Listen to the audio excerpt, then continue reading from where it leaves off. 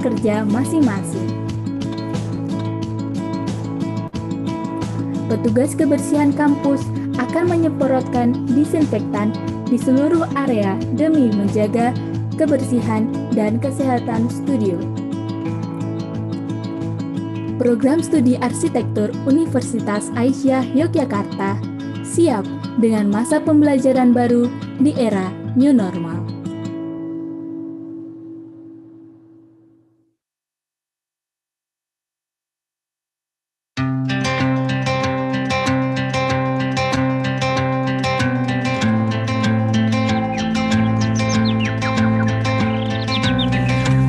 Bersama dengan upaya pemerintah dalam mengimplementasikan skenario new normal, program studi arsitektur Universitas Aisyah Yogyakarta turut serta mempersiapkan protokol kesehatan dalam perkuliahan.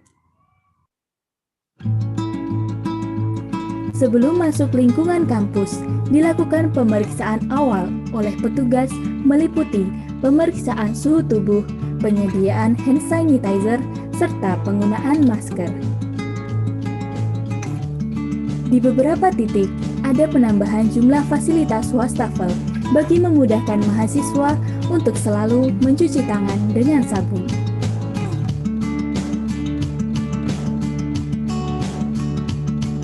Mahasiswa tetap melakukan social distancing dengan jarak minimal 1 meter di setiap antrian yang ada.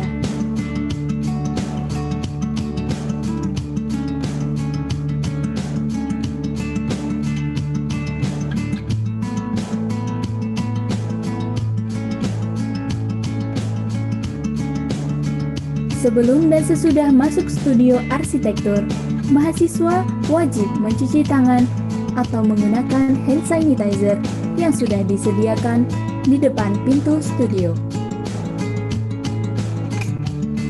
Program studi arsitektur menerapkan model blended learning, yaitu perkuliahan secara daring dan studio. Kegiatan yang akan diikuti banyak peserta akan dialihkan secara daring. From the pedestrian end. Mempermudah buat penggunaan Di dalam ruangan studio, tempat duduk diatur dengan jarak minimal 1 meter agar perkuliahan tetap berlangsung efektif dan memperhatikan protokol kesehatan. Ventilasi udara dimaksimalkan untuk memastikan cahaya dan udara mengalir secara lancar. Mahasiswa juga harus tetap menggunakan masker selama perkuliahan studio berlangsung. Setelah perkuliahan berakhir, mahasiswa secara mandiri membersihkan area kerja masing-masing.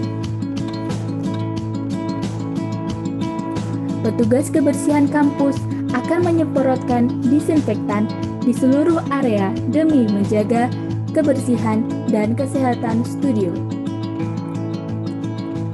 Program studi arsitektur Universitas Aisyah Yogyakarta siap dengan masa pembelajaran baru di era new normal.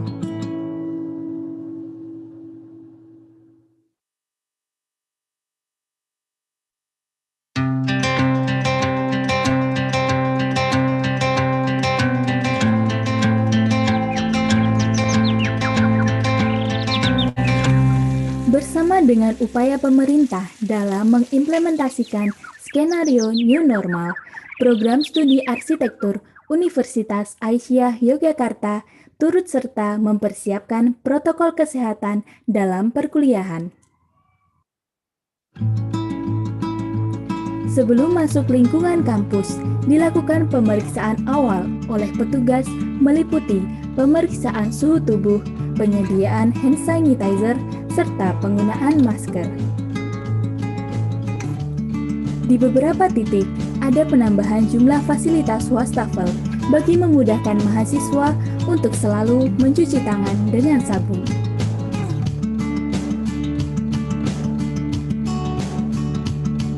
Mahasiswa tetap melakukan social distancing dengan jarak minimal 1 meter di setiap antrian yang ada.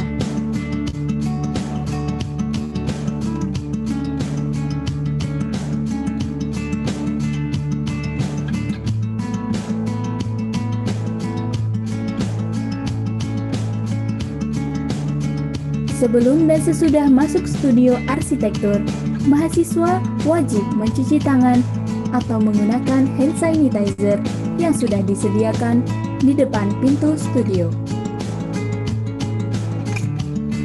Program studi arsitektur menerapkan model blended learning, yaitu perkuliahan secara daring dan studio. Kegiatan yang akan diikuti banyak peserta akan dialihkan secara daring. From the pedestrian and mempermudah buat penggunaan Di dalam ruangan studio, tempat duduk diatur dengan jarak minimal 1 meter agar perkuliahan tetap berlangsung efektif dan memperhatikan protokol kesehatan. Ventilasi udara dimaksimalkan untuk memastikan cahaya dan udara mengalir secara lancar. Mahasiswa juga harus tetap menggunakan masker selama perkuliahan studio berlangsung. Setelah perkuliahan berakhir, mahasiswa secara mandiri membersihkan area kerja masing-masing. Petugas kebersihan kampus akan menyemprotkan disinfektan di seluruh area demi menjaga kebersihan dan kesehatan studio. Program studi arsitektur Universitas Aisyah Yogyakarta siap dengan masa pembelajaran baru di era new normal.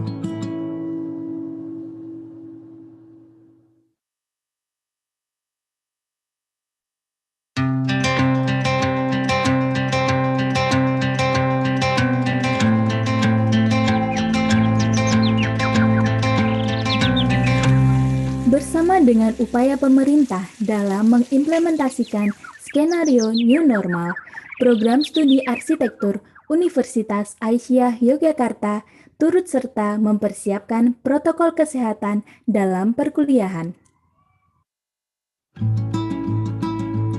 Sebelum masuk lingkungan kampus, dilakukan pemeriksaan awal oleh petugas meliputi pemeriksaan suhu tubuh, penyediaan hand sanitizer, serta penggunaan masker.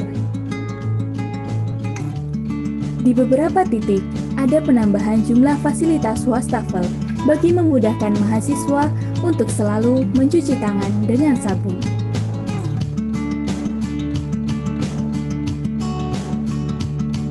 Mahasiswa tetap melakukan social distancing dengan jarak minimal 1 meter di setiap antrian yang ada.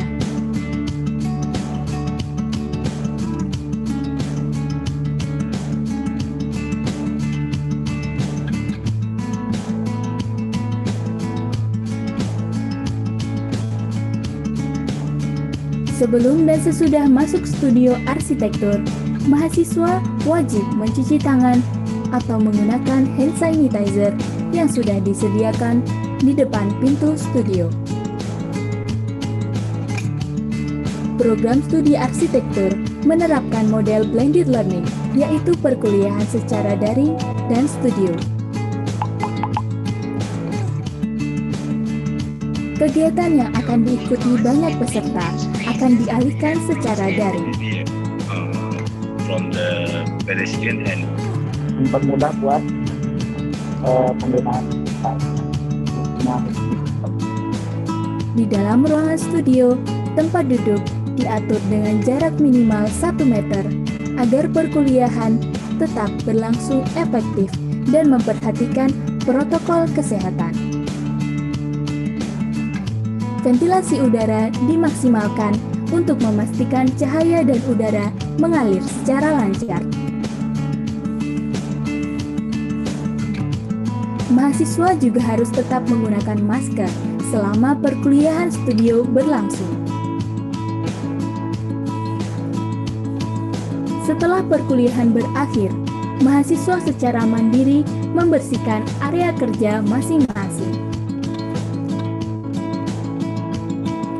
Petugas kebersihan kampus akan menyemprotkan disinfektan di seluruh area demi menjaga kebersihan dan kesehatan studio. Program Studi Arsitektur Universitas Aisyah Yogyakarta siap dengan masa pembelajaran baru di era New Normal.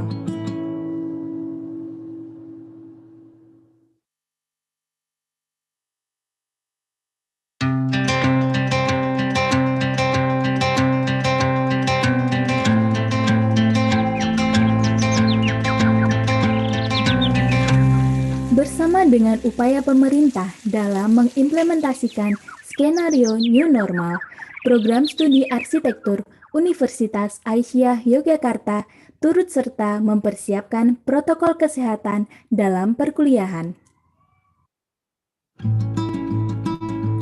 Sebelum masuk lingkungan kampus, dilakukan pemeriksaan awal oleh petugas meliputi pemeriksaan suhu tubuh, penyediaan hand sanitizer, serta penggunaan masker. Di beberapa titik, ada penambahan jumlah fasilitas wastafel bagi memudahkan mahasiswa untuk selalu mencuci tangan dengan sabun.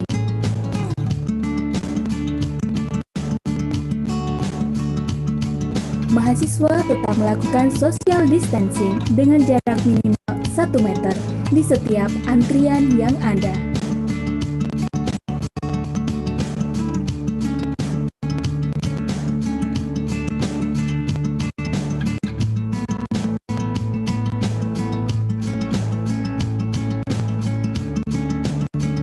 Sebelum dan sesudah masuk studio arsitektur, mahasiswa wajib mencuci tangan atau menggunakan hand sanitizer yang sudah disediakan di depan pintu studio.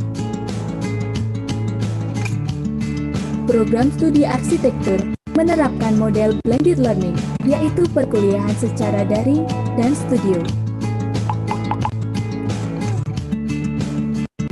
Kegiatan yang akan diikuti banyak peserta akan dialihkan secara daring.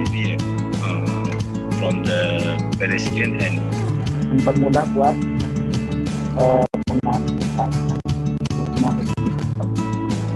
di dalam ruangan studio, tempat duduk diatur dengan jarak minimal 1 meter agar perkuliahan tetap berlangsung efektif dan memperhatikan protokol kesehatan.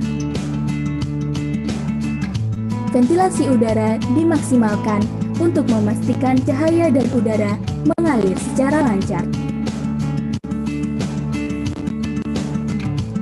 Mahasiswa juga harus tetap menggunakan masker selama perkuliahan studio berlangsung. Setelah perkuliahan berakhir, mahasiswa secara mandiri membersihkan area kerja masing-masing.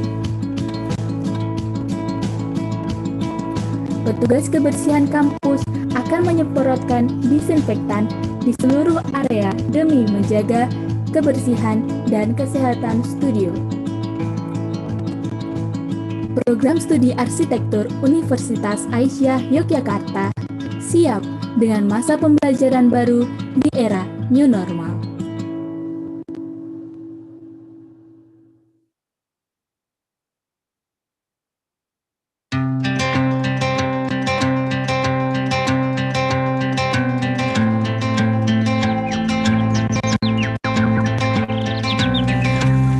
Bersama dengan upaya pemerintah dalam mengimplementasikan skenario New Normal, Program Studi Arsitektur Universitas Aisyah Yogyakarta turut serta mempersiapkan protokol kesehatan dalam perkuliahan.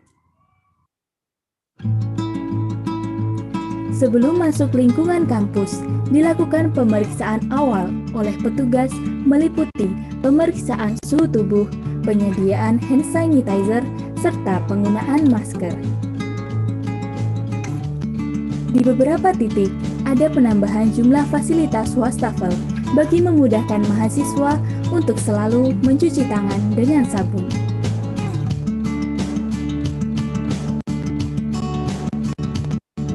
Mahasiswa tetap melakukan social distancing dengan jarak minimal 1 meter di setiap antrian yang ada.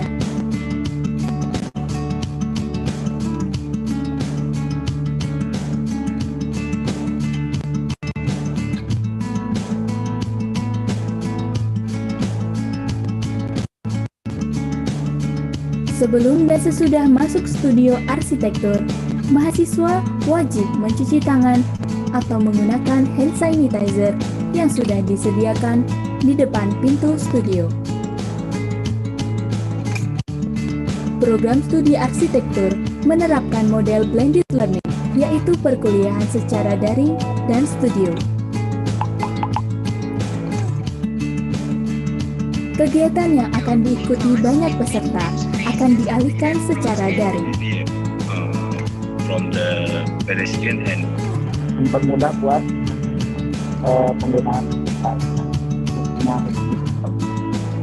Di dalam ruangan studio, tempat duduk diatur dengan jarak minimal 1 meter agar perkuliahan tetap berlangsung efektif dan memperhatikan protokol kesehatan.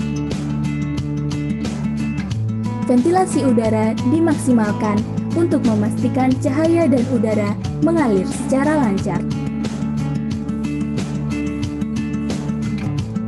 Mahasiswa juga harus tetap menggunakan masker selama perkuliahan studio berlangsung. Setelah perkuliahan berakhir, mahasiswa secara mandiri membersihkan area kerja masing-masing.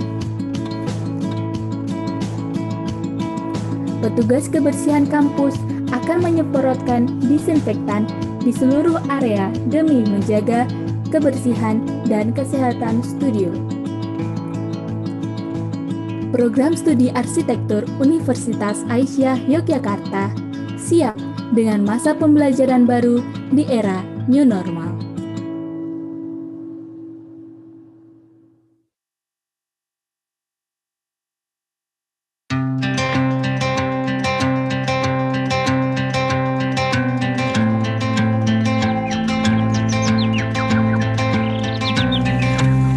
Bersama dengan upaya pemerintah dalam mengimplementasikan skenario new normal, program studi arsitektur Universitas Aisyah Yogyakarta turut serta mempersiapkan protokol kesehatan dalam perkuliahan. Sebelum masuk lingkungan kampus, dilakukan pemeriksaan awal oleh petugas meliputi pemeriksaan suhu tubuh, penyediaan hand sanitizer, serta penggunaan masker. Di beberapa titik, ada penambahan jumlah fasilitas wastafel bagi memudahkan mahasiswa untuk selalu mencuci tangan dengan sabun.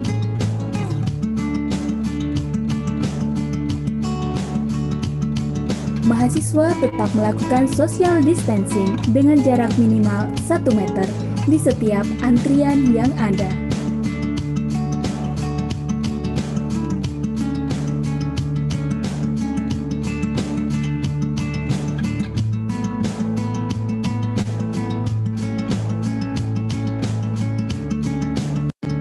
Sebelum dan sesudah masuk studio arsitektur, mahasiswa wajib mencuci tangan atau menggunakan hand sanitizer yang sudah disediakan di depan pintu studio. Program studi arsitektur menerapkan model blended learning, yaitu perkuliahan secara daring dan studio. Kegiatan yang akan diikuti banyak peserta akan dialihkan secara daring. From the pedestrian and mempermudah buat penggunaan Di dalam ruangan studio, tempat duduk diatur dengan jarak minimal 1 meter agar perkuliahan tetap berlangsung efektif dan memperhatikan protokol kesehatan. Ventilasi udara dimaksimalkan untuk memastikan cahaya dan udara mengalir secara lancar. Mahasiswa juga harus tetap menggunakan masker selama perkuliahan studio berlangsung. Setelah perkuliahan berakhir, mahasiswa secara mandiri membersihkan area kerja masing-masing. Petugas kebersihan kampus akan menyemprotkan disinfektan seluruh area demi menjaga kebersihan dan kesehatan studio. Program Studi Arsitektur Universitas Aisyah Yogyakarta siap dengan masa pembelajaran baru di era New Normal.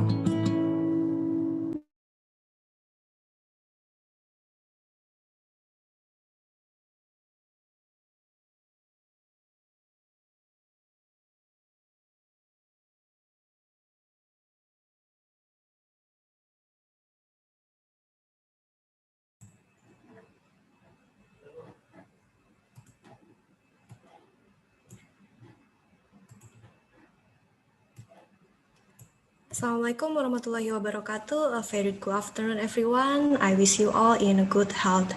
Welcome back to KUAS, Kuliah Umum Arsitektur Series 2 Arsitektur Study Program UNISA Yogyakarta. KUAS is our regular public lecture which is held regularly for 1 academic years.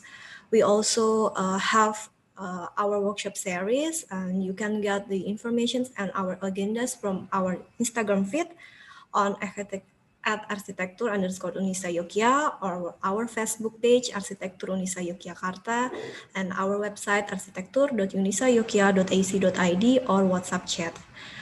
Respect and thank you for all our lecturers, architects, practitioners, and all students in present here.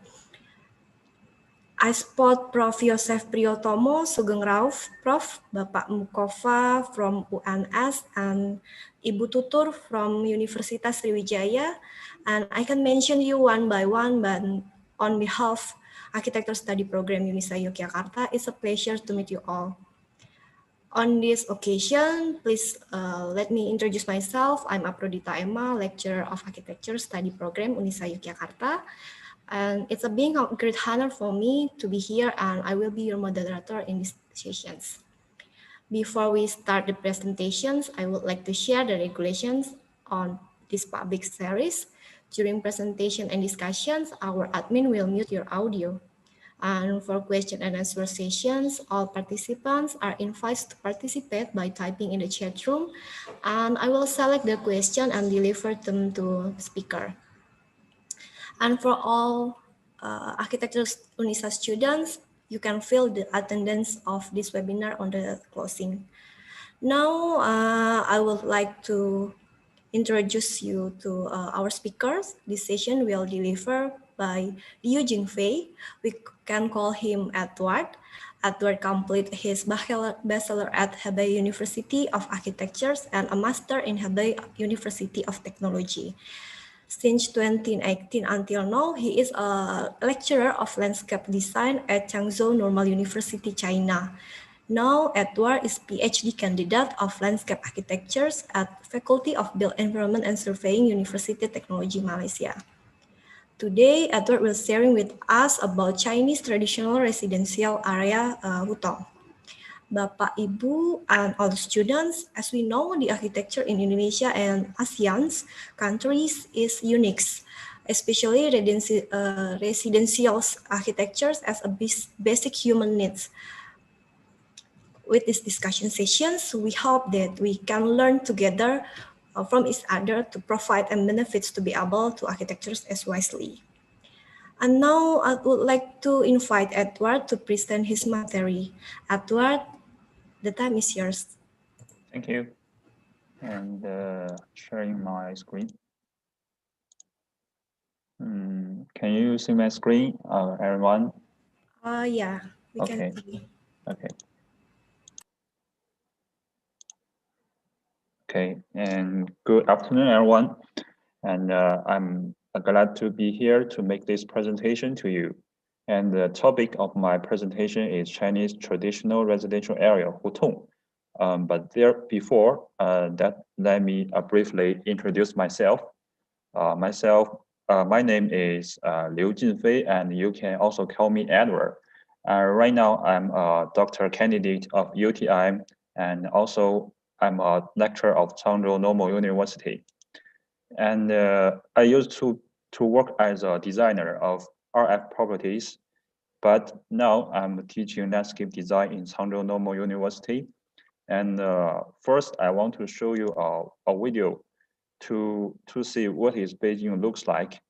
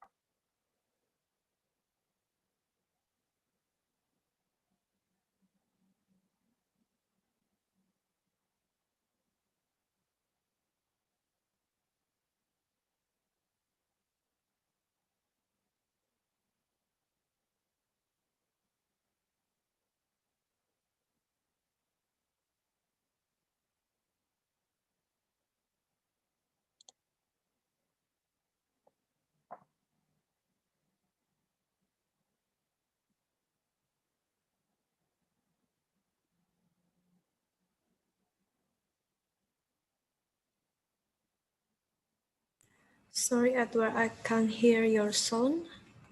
Or maybe this video. Introduction, right? Do you need an introduction? Okay. Okay, just let the video over and I will introduce this all kind of things.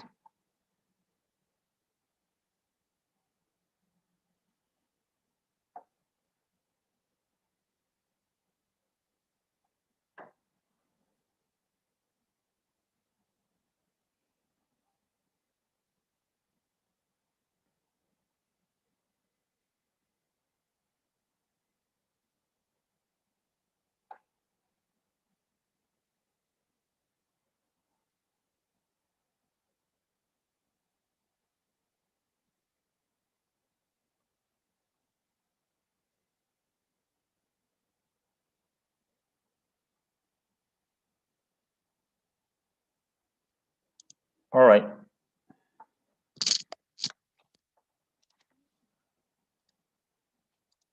Sorry.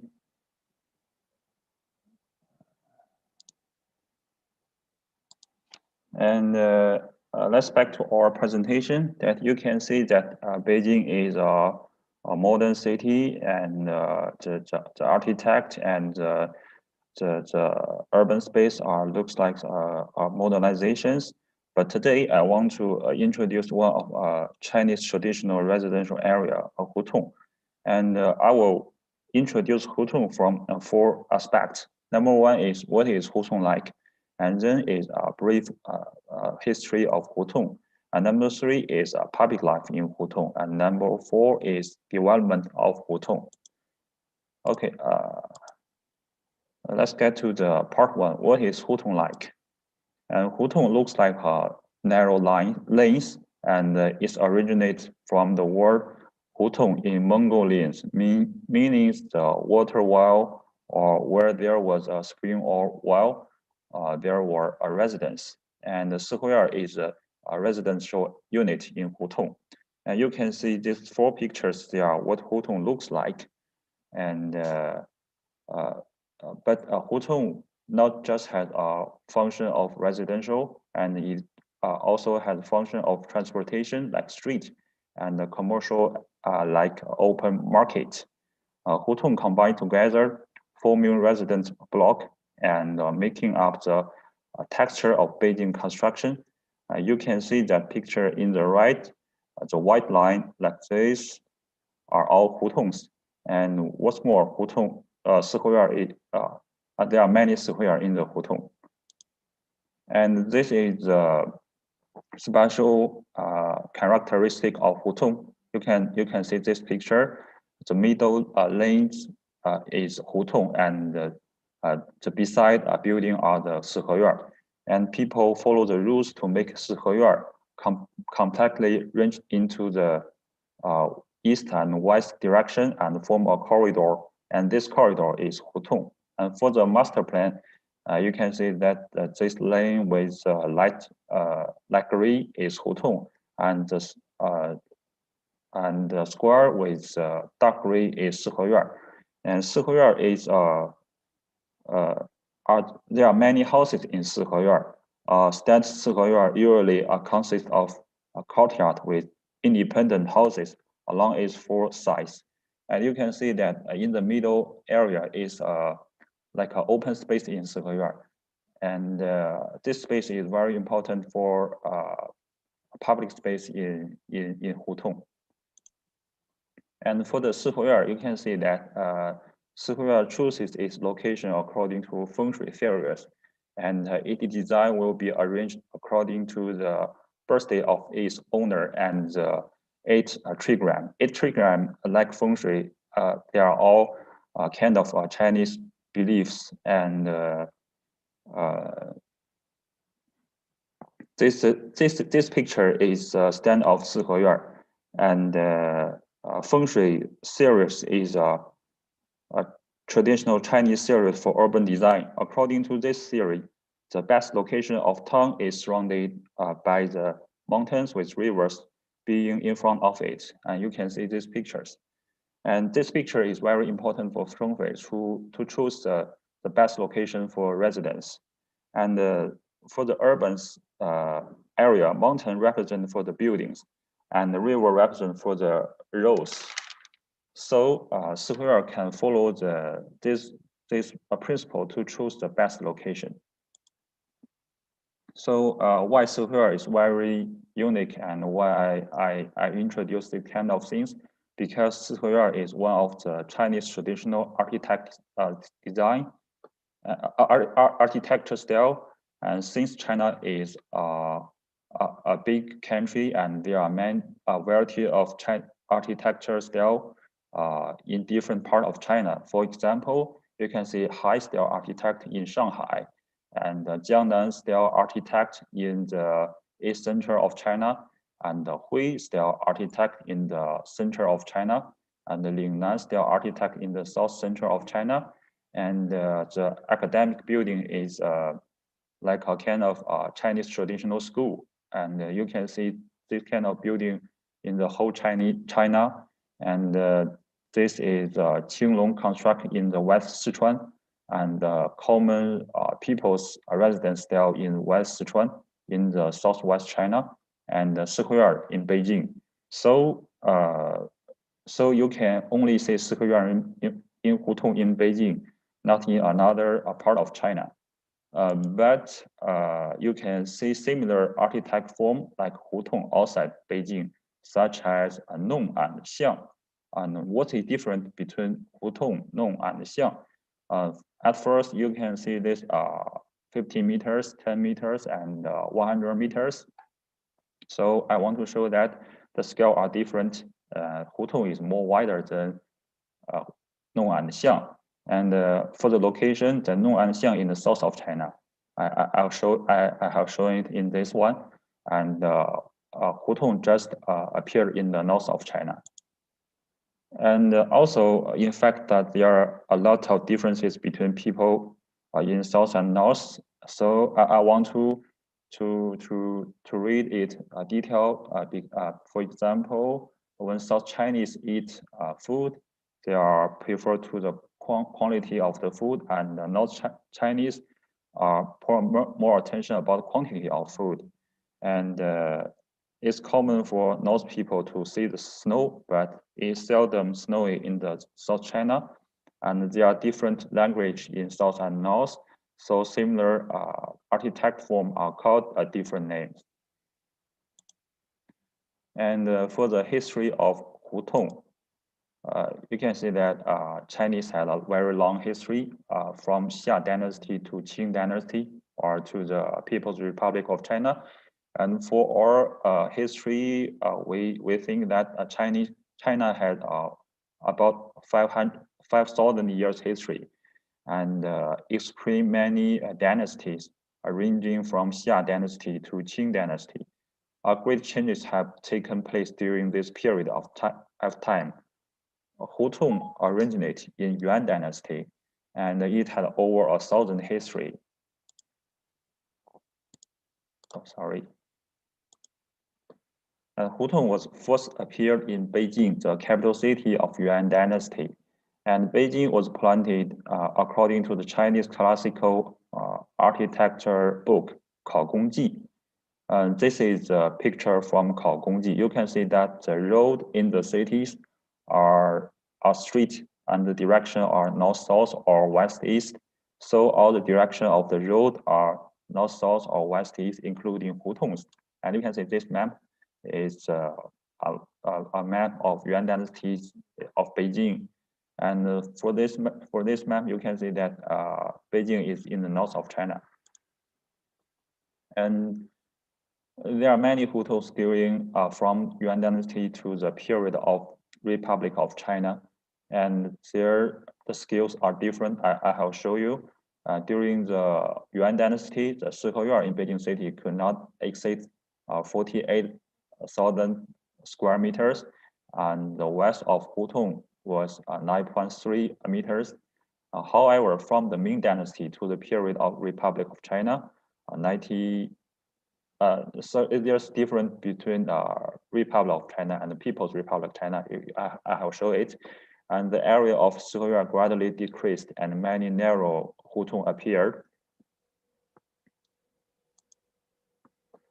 And you can see that there's a timeline to show what's the detail about hutung changed from its appear and now. I will read it for you in detail because it's very important to show what is hutung. Number one is from the 1267, hutung appeared as a residential area, and hutung size was determined by the period.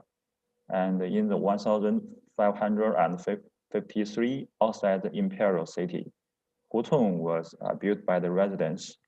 And this is different because this hutung, kind of hutung was designed by the period, but this kind of hutung are designed by the general people. And in the 1644, commercial activity appeared in hutung, and more unplanted hutongs appeared. It means that many general people design and construct their hutung by their own willing. And to the 1911, hutung are more accessible. Because at first, hutung is just for the rich people or the people with a high power. And in this period, the normal people can come to a hutung. And many general people can live in the hutung. And in the 1949, the People's Republic of China, 3/4 of the Beijing hutung has been demolished because in this period, the leader of China want to make Beijing and Chinese urbans to make them modernized station. So hutung was chosen as an old area and to be demolished. And at this time, it even has 6,074 hutung remaining in Beijing. And the hutung had to experience a long period to be demolished until the 1990. Beijing government began to protect hutung because of they want to improve the quantity, life quality of hutung residents, and there's a old and depleted house renewal program to make some square and hutung better. And in the 1994, hutung tourism developed. And this is very important for hutung protection because tourism can make money for hutung protection, and it also make hutung as a identity for Beijing. And in the 2000, more hutung are protected because of Beijing government wants to show the Chinese traditional to the world through the Olympic game in the 2008. And more Hutong facilities enhanced because of the tourism and the political purpose. And in this time, just 1,571 Hutong remains. And in the 2008, a large number of Hutong were protected, and in the inner city of Beijing, Hutong land was leased to private developers. And that's why that many Hutong protection are done by the private way and not the government way. And at this time, there are 44 historical blocks named by Beijing government, and they want to protect all the Hutong in Beijing. No sound? Hello, no sound? I can hear your sound clearly. Okay. Okay, and can I continue? Yes. Okay, thank you. And in summarize, the number of Hutong in Beijing increased until 1940, when Hutong considered old began to be demolished. And in the 1999, the Beijing government began to protect some Hutongs. And Siheyuan originally belonged to the one family. I have shown it in this period. But since the period of the Republic of China, more families have lived in the Siheyuan. And the public life in Hutong, Chinese people live a different life in the before 1980s. And you can see this picture that show that kids play games outdoor in Hutong, and sellers used to sell goods to the residents. There are also some shops inside Hutong. This is a small restaurant selling breakfast, and it's a common sense that ladies are chanting in Hutong and sitting in front of the Siheyuan and their home doors, and men play the Chinese cheese and cars together. And the transportation in Hutong are by bicycle or on foot. But many Hutongs today, with the development of China, the lifestyle and the living environment has changed a lot. And many Hutong residents left the Hutong and moved to apartments. And the city become bigger and bigger, and people have to use motor vehicles. And you can see that there's the map of Beijing inner city in the 1940s, and it's clearly smaller than that in the 2020 today. And with the internet, our life makes are more convenient. And today, instead of playing games outside, kids always play online games like this, and no yells are heard in the community. People go to the shopping mall or shopping online. And with the food delivery, people no longer go outside to grab food, and social interaction take place of carol chats, and people go outside by car or public transportation. Also, the life is more convenient and fast, but public life is less. And according to researchers, because of less public life, people relationship is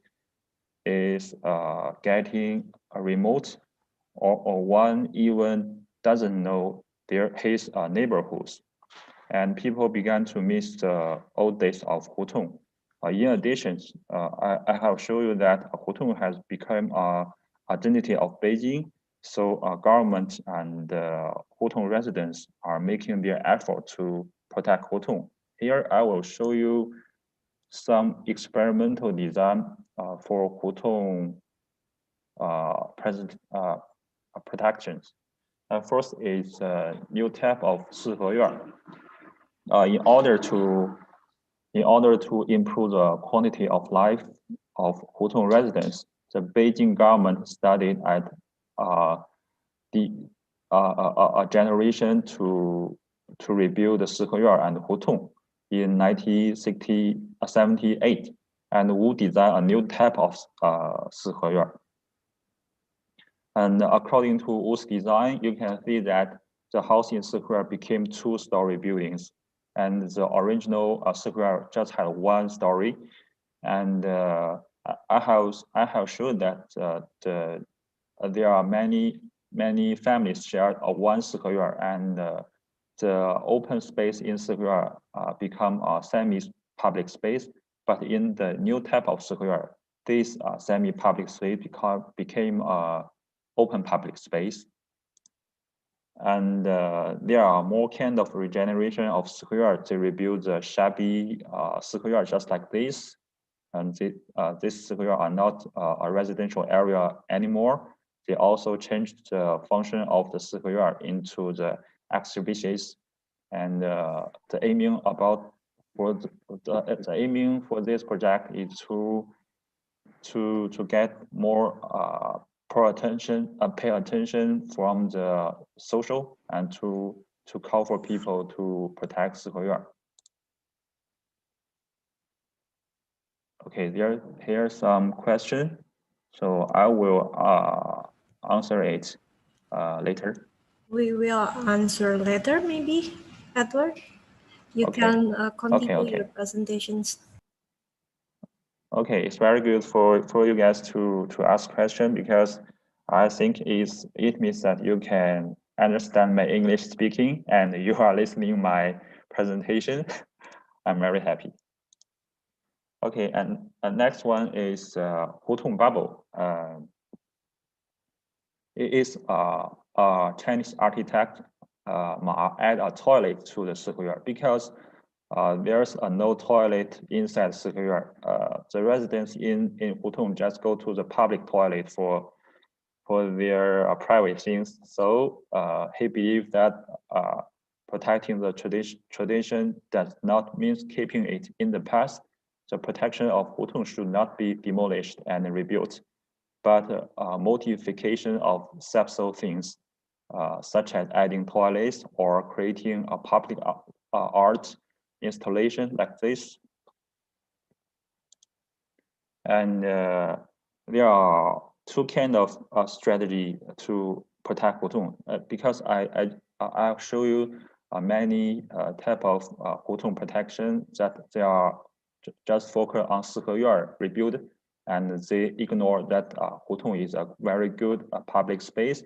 But government and Hutong residents, they think it is important to protect Hutong also. So there are 2 kind of strategy to protect Hutong, and the government is attempt to turn Hutong into the tourist attraction, while the folk organization would like to keep the Hutong residential area. And the public life in their 2 kind of Hutong are definitely different. And which way for residential public life is better? I need to further research, and this is what I'm doing now. And here's just all about the introduction about Hutong. And I hope you can learn about Chinese Hutong and Chinese architect style. And thank you for listening. And we can go to next part. Thank you very much, Edward. You giving such informative and interesting presentations. And now we're going to the next sessions, which is discussion sessions. Okay. First, we get a question from Ibu Wanurukia. How many member family in tadi ya? Yeah. How many family in one house? Okay. And in the original at the beginning of the Siheyuan, yes, living in the house, there's a big many houses in Siheyuan, but Siheyuan is just a one unit for living, and at the beginning, just one family live in one Siheyuan, even though there are many houses in Siheyuan. And because in the period of Republic of China, the population is increasing, and peoples are not rich anymore. So there are maybe 3 or 4 families in 1 square yard, and maybe they have 2 and 3 houses. But when the People's Republic of China, the population is increasing, and it has to share the 1 square yard about for 10 families to solve the population problem. So in this time, maybe 8 or 10 families live in square yard, and there's looks crowded at this time. Yeah. So crowded. Yeah. Okay. The second from Jauharo says, my student, how's the applications of Chinese acupuncture in the Hutong development during the rebranding process? How is application of Chinese? I think she read your slides about Chinese acupuncture and how's the applications in Hutong maybe. Yeah. In the Hutong development rebranding process. Can I to translate this picture? Please wait for a minute. Yes, of course. Yeah, my poor English, sorry. It's okay. And Bapak Ibu, if you have any questions, please type in the chat room, or you can give raised hand reactions too. And I will unmute your audio. It's a good question because, okay. I will answer this question. Because of in my new slide, I just to remove this kind of word because I'm afraid. It's okay. Because I'm afraid that there's some misunderstanding about this word. But yes, this is like experimental design, or it just idea from a Chinese architect, and he think that at first he think that some Chinese government that think protect Hutong just to keep it as the original things. That means that what Hutong looks like in Yuan Dynasty, and today Hutong must look like in similar with Yuan Dynasty. But from his mind, I think to protect the traditional means that to make people that feel comfortable at first. So so the protection of Hutong cannot be just to make it like the old things. And what is more, this word Chinese, I can't pronounce it. Sorry, is to try to make some small things to improve the quality of residential life, and these small things also can maintain the old phenomena of the Hutong, and but in this period, this idea are not accepted by the general. It's just a test. So there's no more application of this kind of series. From the previous question, I want to ask something, Edward. So I can say that the Hutong area is the conservation area. Like, how does the government, architects, designers give the rules or borders in this process, such as where one and which building can be added or reduced, maybe? Yeah, is this in the last slide you explained the Beijing government? That's a good question.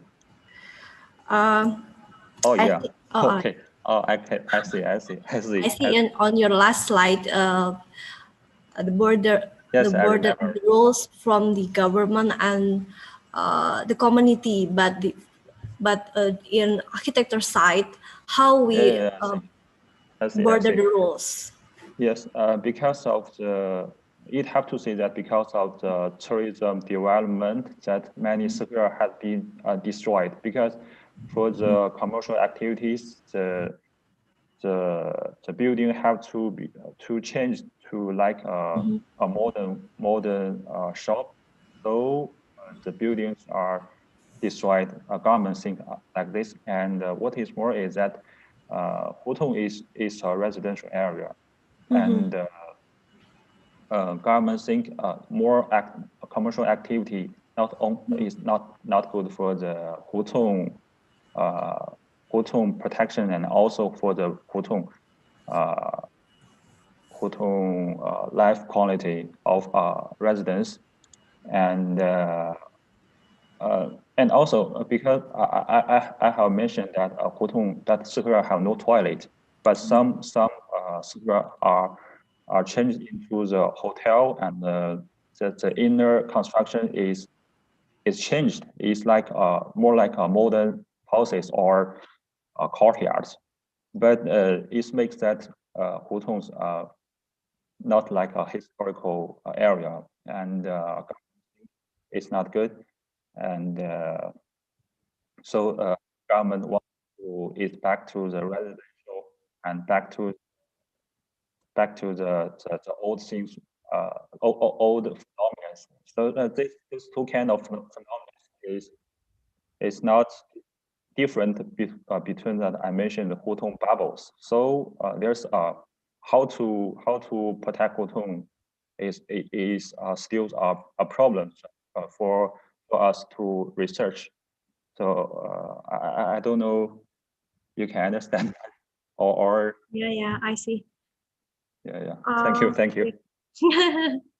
We get the same or similar questions from your friends. Ibu Tika, how are you, Ibu Tika? She give a question. Is there any impact of tourism to Hutong, and how to conserve the Hutong related to tourism activities there? Is there any impact tourism to Impact Hutong? Yeah, I see. At first, Hutong tourism can earn money for the Hutong protections, and the residents of Hutong from the tourism attraction can earn money from this kind of things, and because of Hutong tourism become popular, and Hutong that can be famous, and I think it's better for the conservation of Hutong, and but I just said that tourism has changed the building and the architect, or also the square construction for tourism, and but from my research, I found there are some of the Hutong protected by the local community-based organizations, and the construction and the Hutong performance are not bad, and they are maintains the traditional things. So I don't know it's better or bad for tourism for the Hutong protection, and I think it has the most important is commercial activities inside it. Commercial activity earn money, but it has some brings some destroy about Hutong construction. Yes. Oh, okay. Oh, next we have Anna Rohana Muhammad Firdaus from UTM. Yeah. Hello, Rohana. Hi, Anna. How are you? I hope you in good health, Anna. Anna, give you a question. In your opinion, Edward, how does Hutong in China is unique from another narrow street or alley in other places? Okay, and first there's have some different between the architect form, and Sihua is very unique architect form, and in other narrow street like some modern narrow street, there are maybe some there must have buildings, apartment, high rise, but not a Sihua. And for the traditionals like Xiang and Nong, there are also different between the architect form. I have shown you that circular just can be seen in Beijing, and maybe the Hui style architect can be seen in the center of China, and this kind of a narrow street with Hui center of Hui architect style called Nong and Xiang. And also we have a different language behaviors. And for the North people, they think that this kind of narrow street called hutong. But for the South people, they think this kind of narrow street called xiang and nong. And for the scale, there are differences also. The hutong was more wilder, just because of there are many hutong or designed by the imperial. But in the south part of China, there are many hutong just designed by the residential and not the government activities. Yeah. Okay. We have the last maybe. Okay. For month 27. What makes the hutong so distinctive? The thing is, I see that in East Asia, it's like having the same hutong as in China. Oh. Or maybe. Maybe. See the same of is in hutong in China with the East Asia. Yeah. I think the most important things is life in hutong. You can see that I will show you for the theory from the public space that there's a public space theory thinks that the physical elements can affect people activities in the public space, and there's some unique element from the hutong about like architect, like the pavement of hutong, like also like the decoration of hutong or siheyuan. So this all the unique elements can make a different and unique public life of Chinese. So some kind of yes, hutong may be similar in the East Asia, but the public life in hutong is very unique and special. So I think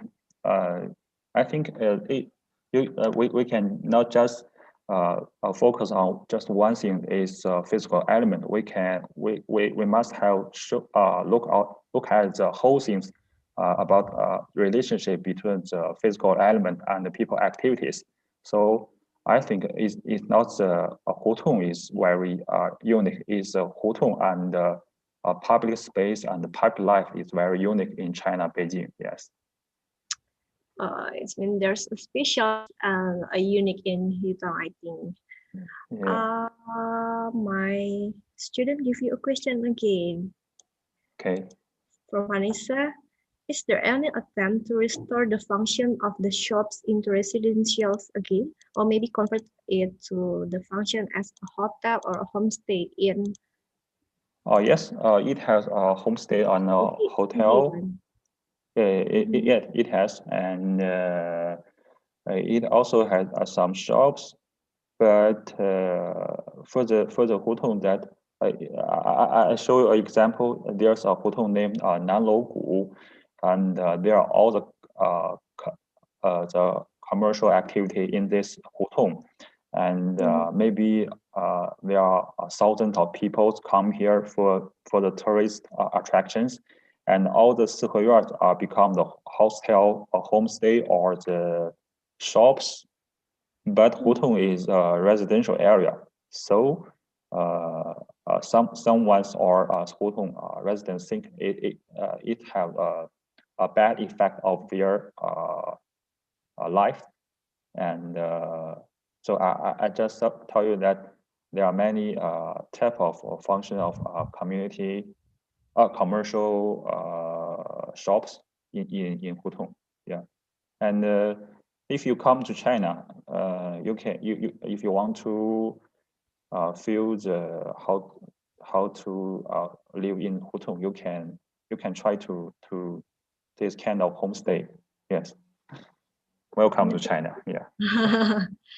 Okay, I want to invite Prof. Joseph or maybe Bapak Mukova or maybe Ibu Tutu to join discuss with us. Maybe any perspective from Indonesia, Prof. Joseph, Ibu Tutur, Pak Mukova maybe, or the others participants can join with us to discuss and sharing with them.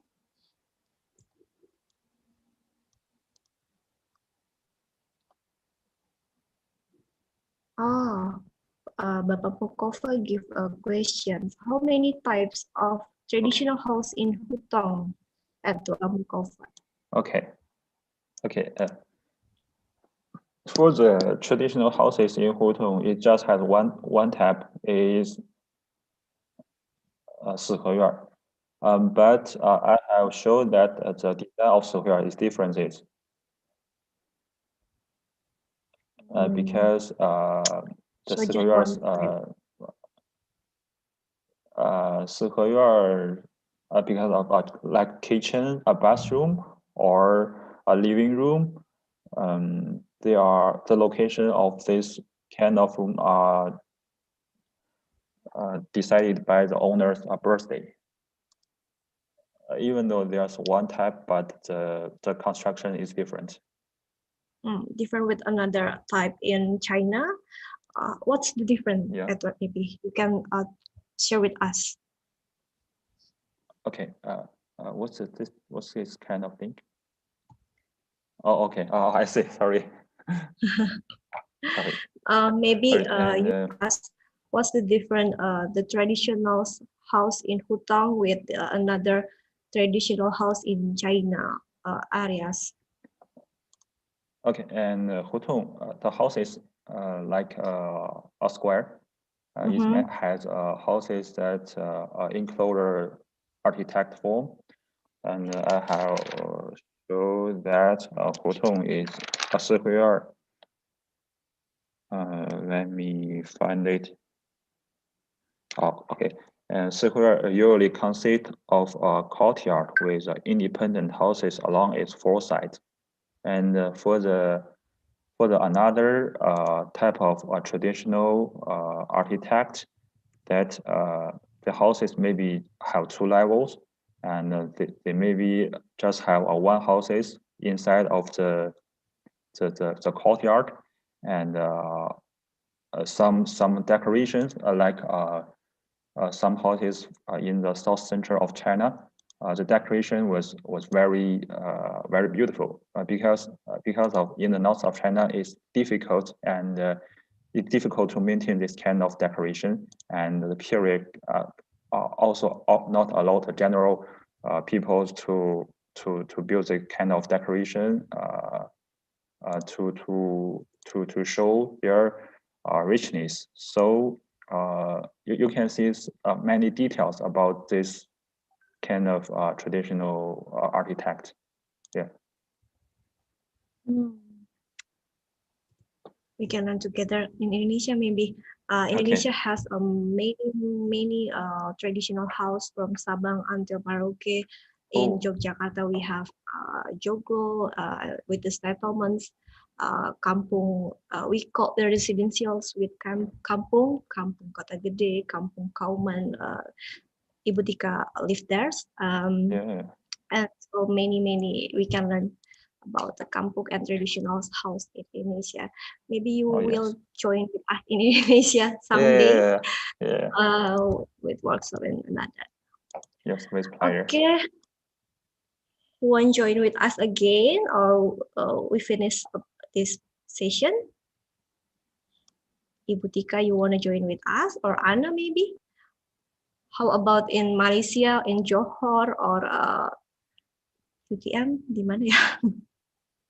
Ibu Tika, you can join with us. Or Anna, how about in Johor?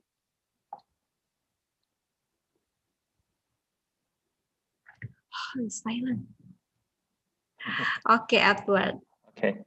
That has been a wonderful session, yeah. But unfortunately, the question is finished. No, one again.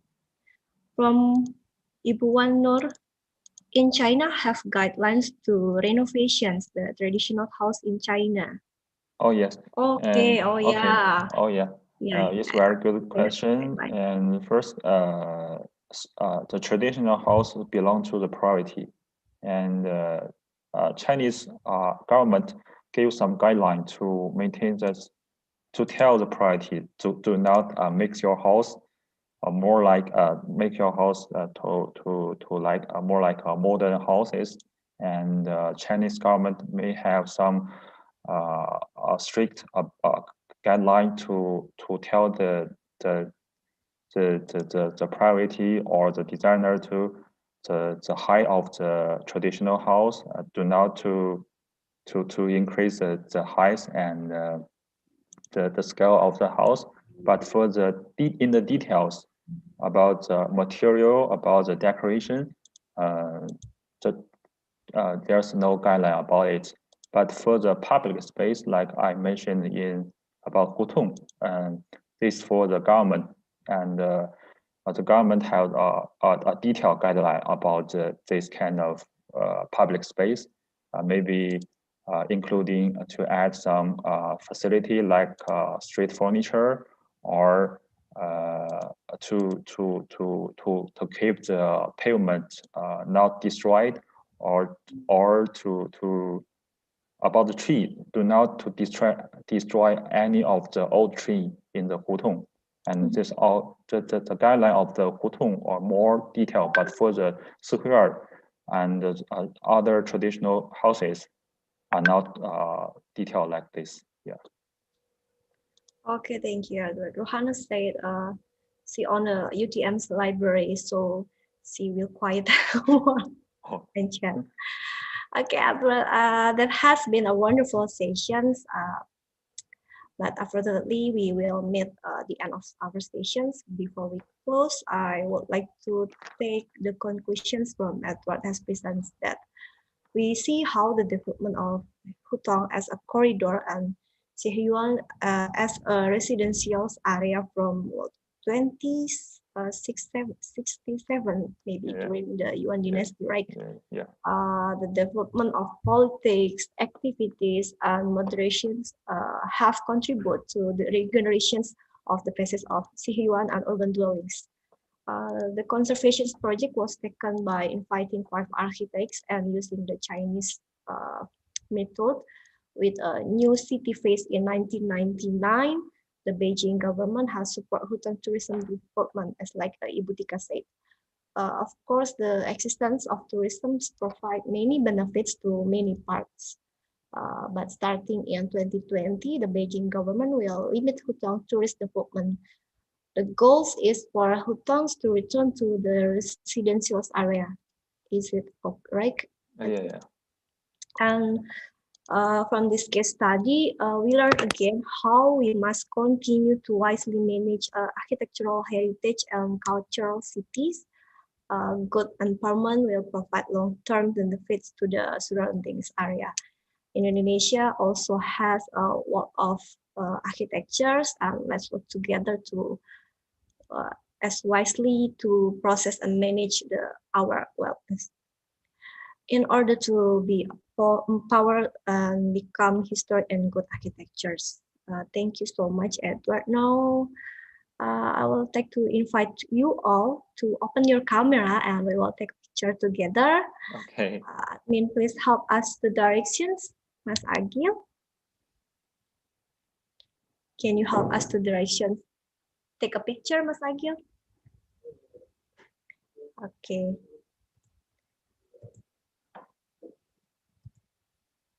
Just 1, 2, 3. Slide 1. And go to slide 2. 1, 2, 3. Thank you. Thank you. Slide 3.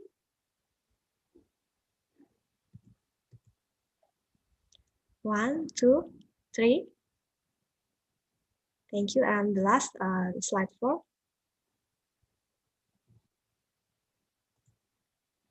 1, 2, 3.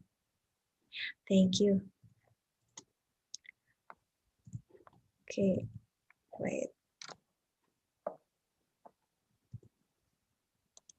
Once again, on behalf of Architecture Study Program, I'd like to thank you so much, Edward, for informative and interesting presentations. To all participants, I couldn't mention you one by one, but thank you very much for your great attention and active participations. My students, all, you can attend these sessions in chat room.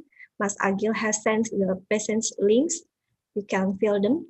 And I apologize if there's a mistake. Hopefully this public lecture will be benefit for all of us. And I wish we have healthy days ahead, and hopefully we can meet ahead in another session. I close these sessions. Goodbye. Wassalamualaikum warahmatullahi wabarakatuh.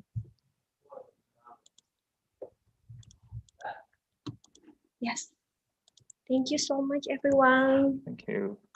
Stay healthy and safe. I wish we can meet in Indonesia. You. Yeah. Matur Bu Apro. Halo Pak Mufkova, how are you? Apa kabar? Matur nuwun Pak. Alhamdulillah, sehat. Oke. Hujan Bapak di Solo? Mendung. Oh, mendung. UNS sudah mulai kuliah ya? Sudah. Tapi daring kan? Oh ya, daring. Oh, saya lihat ada Prof. Joseph tadi. Apakah bisa bergabung? They are my teachers from another university. Any Prof. Pak Mukova from UNS, Prof. Joseph from Bandung, right? Bener ya, Prof. Joseph ya, dari Bandung ya? Dari Sabang sampai Merauke. Ada Ibu Tutur. Saya ada di webinar saja kok, di mana-mana. Terima kasih Mbak Afrodit. Terima kasih Ibu Tutur. Sampai ketemu di next sesi IPLBI maybe. Thank you, Mr. Liu. Thank you. Romo Tomo, Matenun Romo Tomo. Ye, Mas Sami. Apa kabar Pak Yusef? Kabar baik saja. Alhamdulillah. Terus belum hujan. Kapan-kapan mengisi di UNISA ya, Prof. Bu Tutur juga, Pak Mukova saya kan juga. tinggal nunggu aja panggilan. Saya kan perjaka panggilan. Ini panggil kanan, panggil depan, panggil belakang. Ya, kemarin sudah kita panggil di tempat kami juga, Prof. Terima kasih. Thank you so much, Prof. Joseph. Okay, thank you. Ya, Gugur. Welcome. See you next time. See you next time. Prof. Thank you, Liu. Nice to meet you. Nice to meet you. So. I close the session, Liu. Yeah. Okay. See you next time. See you. Thank you so much. Thank you, Kika. Bu Ana. And all students, you can fill the attendance from Mas Agil.